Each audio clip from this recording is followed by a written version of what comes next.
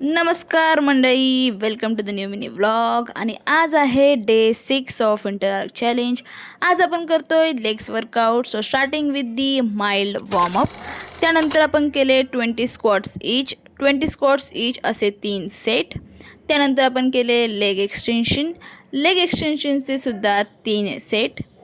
त्यानंतर आपण हॅमस्ट्रिंग कर्लची मशीन करत आहोत ॲडजस्ट, कारण हाईट छोटे असल्याचे खूप तोटे आहेत आणि त्यातला हा एक. मशीन ॲडजस्ट करून झाल्यानंतर आपण केले हॅमस्ट्रिंग कर्लचे सुद्धा 3 सेट. त्यानंतर आपण केले 50 minutes of incline treadmill. And then the most important part of the workout, that is after workout stretching. After workout stretching important आहे because it reduce stiffness of the muscle and also reduce muscle tension and the risk of the injury. And here we done for the day. Thank you so much for watching. Stay tuned.